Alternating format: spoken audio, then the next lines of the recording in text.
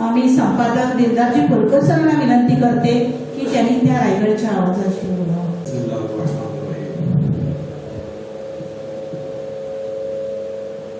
रायगडचा आवाज च्या मेळाव्यासाठी आपण उपस्थित राहिलात. आपलं हार्दिक स्वागत. इथे आपल्या इथे आपलं म्हणजे खुशनसीबी आम्ही मानतो की आमच्या या मेळाव्यासाठी ज्येष्ठ साहित्यिक राष्ट्रपती पदक विजेते माननीय श्री प्रभाकरजी पुस्कुटे इथे उपस्थित राहिले. तसंच आमच्या वायावरून पत्रकार मंडळी आली आहे, श्रीवर्धनवरून आलेली आहे, त्याच्यानंतर इंदापूर आहे, लांबवरून पत्रकार मंडळी आली आहे. हे फक्त एक प्रेमाखातर, वडिलांच्या प्रेमाखातर, आवाज ग्रुपच्या प्रेमाखातर इथे आलेले आहेत. मी एक शहर पढ़तो.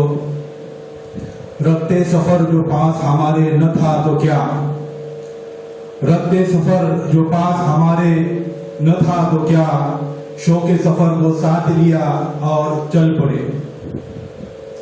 जेव्हा वडिलांनी 2001 साली कोकण की आवाज ची सुरुवात केली, त्यावेळेस जसे रक्त सफर जो पास हमारे न था तो क्या, म्हणजे प्रवासासाठी, ध्येयासाठी, जो ध्येय गाठण्यासाठी त्यांच्याजवळ काहीच नव्हतं. जसं आता भावाने आमच्या म्हटलं, जे आमचे मार्गदर्शक आहेत, त्यांनी म्हटलं वडील जेव्हा 2001 साली जेव्हा पेपर सुरू केलं, 2001 साली कोकण की आवाज आणि 2005 साली रायगडचा आवाज, त्यावेळेस वडिलांकडे काहीच नव्हतं, पण ते एक ध्येय होतं, एक त्यांची चिकाटी होती, एक जिद्द होती, एक त्यांचा शौक होता, त्याने ग्रासलेलं होतं. तर त्यांनी सुरुवात केली आणि योगायोग बघा कसं 2001 साली त्यांनी निश्चय केला की आपण पत्रकारितेमध्ये उतरायचं. आणि त्याच्यानंतर 2001 साली आमचे भाऊ जो फॉरेनला गेला, त्यामुळे काय झालं, एक आर्थिक ती चणचण होती पेपरसाठी. पेपर चालवणे म्हणजे साधी सोपी गोष्ट नव्हे. आज जगातील एकमेव गोष्ट ही अशी आहे जी पेपर जी ज्या कॉस्ट मध्ये बनते, ज्या किमतीमध्ये बनते, त्या किमतीपेक्षा कमी किमतीत विकले जाते.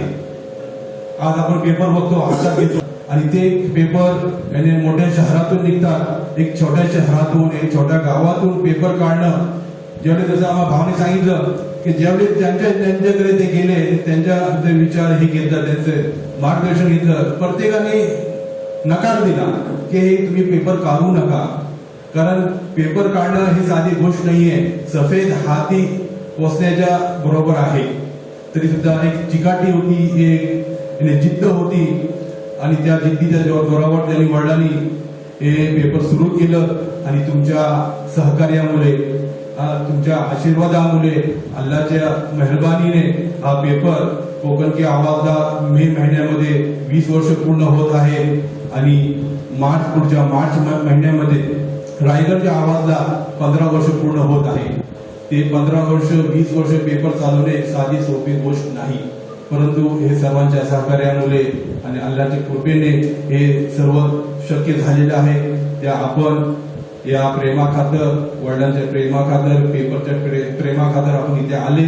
आपलं मी स्वागत करतो आणि आपले आभार पण मानतो. आभार तर शेवट मानले जातील, पण मी माझं कर्तव्य समजतो की आपण एवढ्या लांबून थंडीचे दिवस असताना सुद्धा आपण आमच्या हाकेला, आमच्या आवाजला आवाज देऊन तुम्ही उपस्थित राहिले. आता पेपरची रूपरेषा हे आपलं काही भाषण नाहीये, हे एक आपलं देवाणघेवाण आहे. आता हे जे वडिलांनी जे रोपटं लावलेलं आहे ते पुढे कसं न्यायचं, कारण मी एक शासकीय कर्मचारी होतो. वडिलांच्या आणि भावांच्या सल्ला मसलतने मी 2011ला VRS घेतली आणि मी ह्या पेपर म्हणजे एक चांगले पगार होतं मला. म्हणजे जवळजवळ 25 वर्ष सेवा झाली होती, 14 वर्ष बाकी होती. तर एक चांगलं मोठं पगार सोडून मी फक्त या वडिलांच्या ह्याच्यामुळे आग्रह खातर मी आज म्हणजे शासकीय नोकरी सोडली आणि हे पेपरमध्ये मी रुजू झालो. सुरुवातीला पूर्णपणे वडील होते आमचे, ते सर्व पाहायचे. पेपरचा असो, सामाजिक कार्य असो, घरचा असो, इव्हन आमची जी मुलं आहेत त्या मुलांचं लग्न असो, त्यांचं शिक्षण असो, संपूर्ण वडिलांची जबाबदारी होती. पूर्ण आम्हाला तिघे म्हणजे जरा सुद्धा आम्ही बघायचो नाही काय चाललंय घरामध्ये, काय आणायचं काय नाही. सर्व हे वडिलांनी आमच्यावरती हे घेतलं होतं. पण वडिलांच्या अचानक जाण्याने आम्हाला धक्का बसला, परंतु आपण सर्व साथ दिले, आमच्या स्टाफने पण साथ दिला. सुरुवातीला तर आमचं असं होतं की हे आपण पेपर बंद करायचं, पेपर काय करायचं बंद करायचं. परंतु आमचे जे छोटे भाऊ आहेत मुफ्ती रफीक जे आहेत त्यांनी सांगितलं इस्लाम धर्मामध्ये वडिलांना ही म्हणजे श्रद्धांजली ही खरी ठरेल का ते ज्यांनी जे कार्य चालू केलेलं आहे, सुरुवात केलेली आहे, ते कार्य आपण जे चांगले कार्य सुरू केलेले आहेत ते आपण कार्य पुढे न्यायचं, ही खरी त्यांना खरी श्रद्धांजली अर्पित होईल.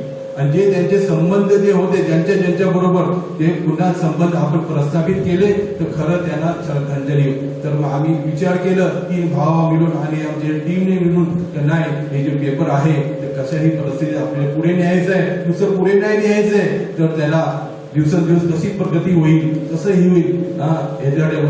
आता पेपरची रूपरेषा, पेपर हा दैनिक पेपर आहे आणि हे जे आमचे आता दैनिक पेपर आहे तर आमचे टाइमलाईन जी आहे, आता इथे जे आम्ही काम करणारे प्रिंटर आहेत आणि जे हेल्पर वगैरे आहेत, बाकी जे मदतनीस वगैरे आहेत ते खेडेगावातून येतात.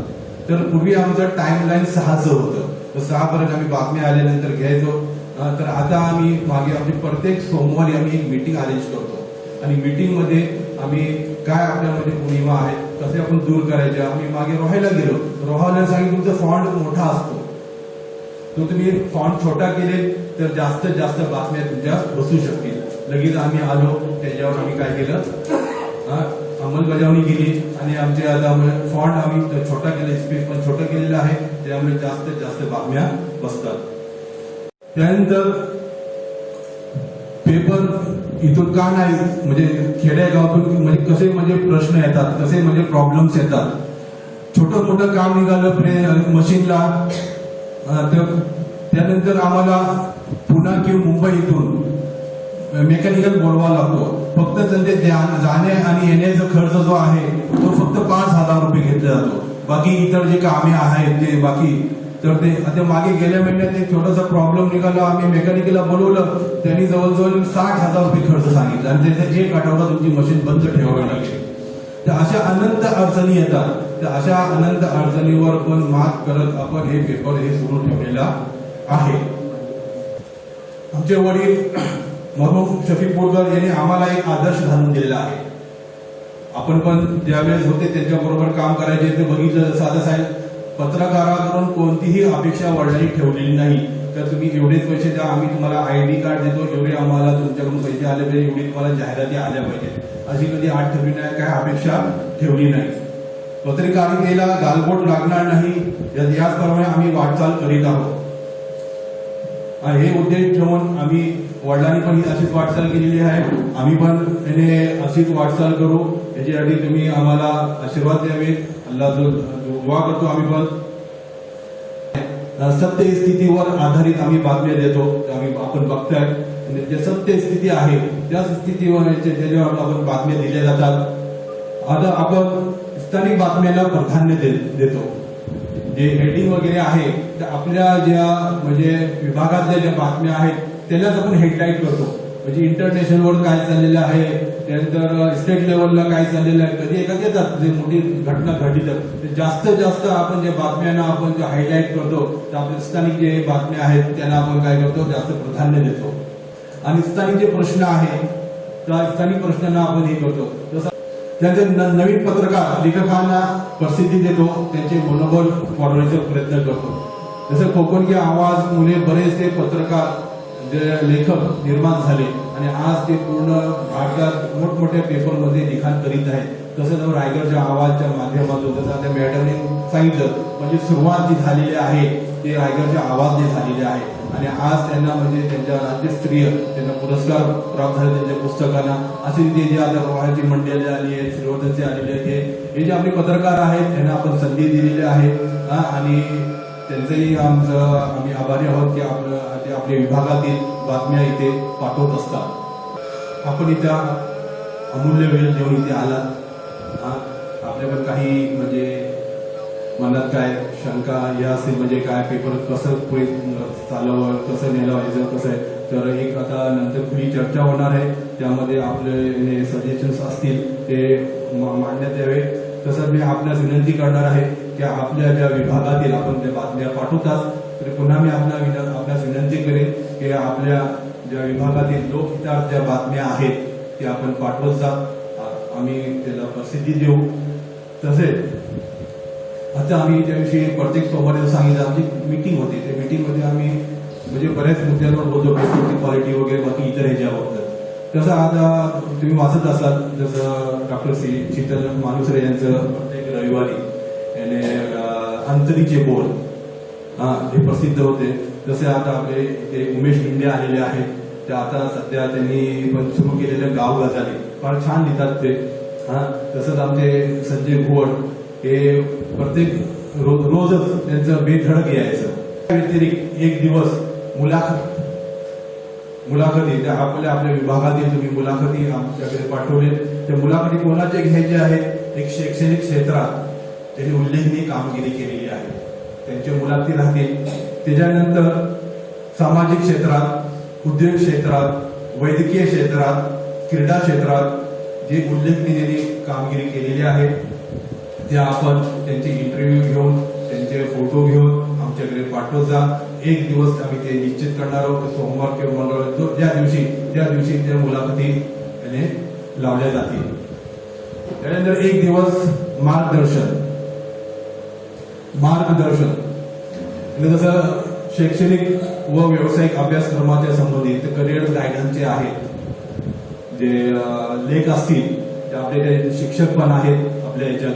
तर ते शिक्षक लोकांना मी विनंती करणार की 10वी 12वी त्यानंतर जे व्यावसायिक जे आहेत जे अभ्यासक्रम वगैरे या बाबतीत तुम्ही लेख पाठवत जा, आपण त्यांना प्रसिद्धी देऊ. तसं लोकहितार्थ जनजागृतीवर लेख पाठवा.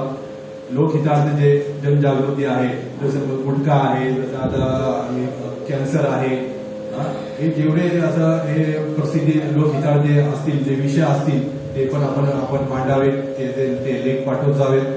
आपण त्याला प्रसिद्धी देण्याचा आपण प्रयत्न करू. आता हे पेपरच्या संबंधित झालं. आता हे पेपर चालू जसं सर्वांना माहित आहे पेपर चालू सोपी गोष्ट नाही. तर आता जसं आमचा भाऊ जो आहे त्याचे आर्थिक पाठबळ असल्यामुळे हे पेपर चाललेला आहे. रोजचा खर्च आहे, छपाईचा खर्च आहे, पेपरचा खर्च आहे, कर्मचाऱ्यांचा खर्च आहे, पेपरचा खर्च आहे, लाईट बिल आहे, इतर खर्च आहे. हे पेपर कसं चालेल? तर त्याच्यासाठी म्हणजे जाहिराती आवश्यक आहे.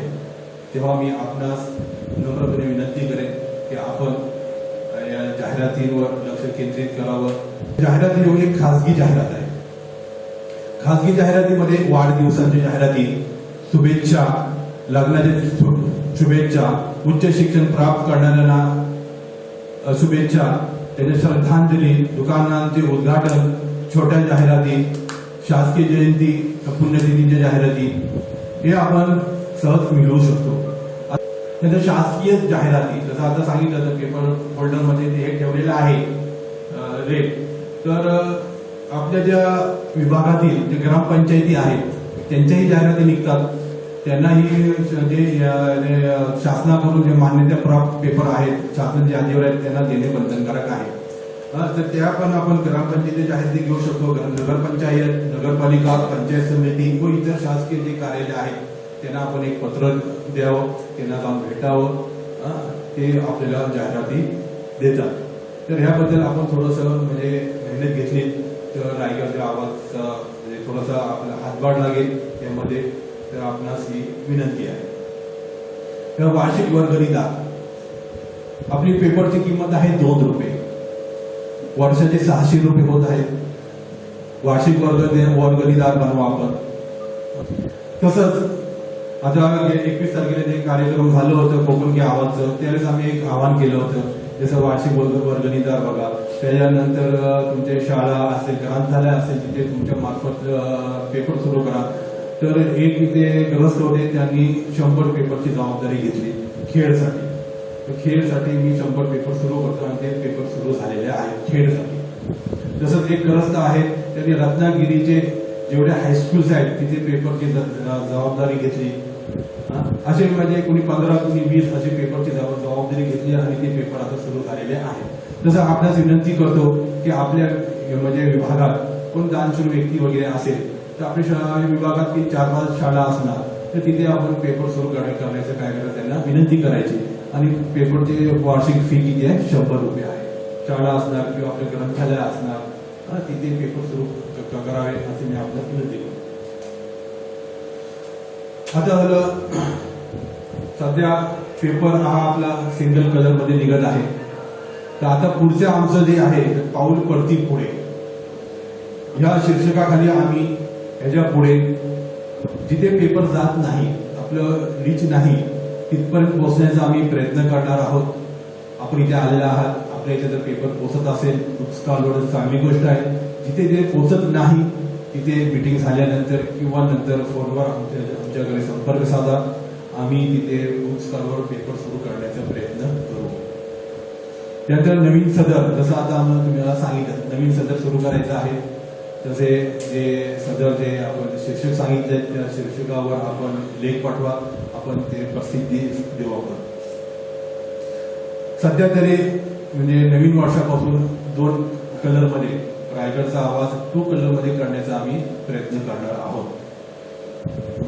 आणि ह्याच्या पुढे 1-2 वर्षानंतर आमचं मानस आहे, तुमचा आशीर्वाद अल्लाहच्या कृपेने आम्ही 4 कलरची मशीन घेण्याचं पण आमचं मानस आहे. ते तुमचं सत्य पाहिजे. कारण आता सध्याचं जग आहे मल्टी कलरचं आहे, प्रत्येक जण कलर पेपर पाहिजे.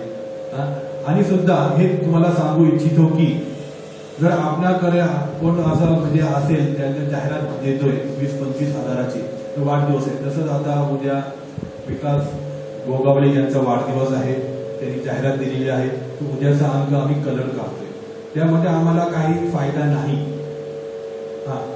फक्त एक आपलं पेपर कलर निघावं, मल्टी कलर निघावं या उद्देशाने, या हेतूने आम्ही हे असे प्रयत्न करणार आहोत. तर तुमच्याकडून असं कोण आहे त्याचं काहीतरी म्हणजे इव्हेंट आहे आणि आपण ती जाहिरात निघून दिली तर आम्ही ते कलर पेपर काढण्याचा प्रयत्न करणार. त्यामध्ये आम्हाला त्रास आहे, आम्हाला मुंबईवरून छापाई करून आणावं लागणे, तरी आम्ही त्रास सहन करण्यास तयार आहोत.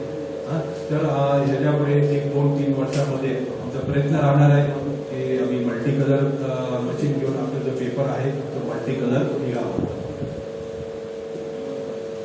तसं त्याच्या पुढे जसं प्रत्येक वर्षी वडील आमचे कार्यक्रम करायचे, म्हणजे बक्षीस वितरण समारंभ वगैरे, तसं आपल्या रायगडच्या आवाज आणि कोकण रायगडचा आवाज कोकण की आवाज याचे उत्कृष्ट पत्रकार आणि उत्कृष्ट लेखक यांना पण आम्ही पुढल्या वर्षापासून म्हणजे हे पुरस्कार आता आम्ही जाहीर करतोय की पुढल्या वर्षापासून जो रायगडचा आवाज उत्कृष्ट पत्रकार आणि उत्कृष्ट लेखक आणि उदयोन्मुख पत्रकार आणि लेखक यांचा आम्ही त्यांचा सत्कार करणार आहोत. तर आपल्याकडून म्हणजे तसे लेख तसे म्हणजे आपल्या विभागातील बातम्या याव्यात. तसं आता 2000 मे महिन्यामध्ये 20 वर्ष कोकणच्या आवाजा पूर्ण होत आहेत. तर एक वडील जेव्हा हयातीत होते त्यावेळेस त्यांनी आम्ही बसलो होतो, परंतु एक रूपरेषा ठरवण्यासाठी, परंतु काय कोरोना लॉकडाऊन आल्यामुळे ते आमची बैठक होऊ शकली नाही. म्हणजे जेव्हा कधी कार्यक्रम करायचा असेल ते वडील 1 वर्षापासून त्याची रूपरेषा आखायची पूर्ण, म्हणजे हे करायचं सर्वांना बोलून हे करून म्हणजे कसं कार्यक्रम करायचं, कसं हे करायचं.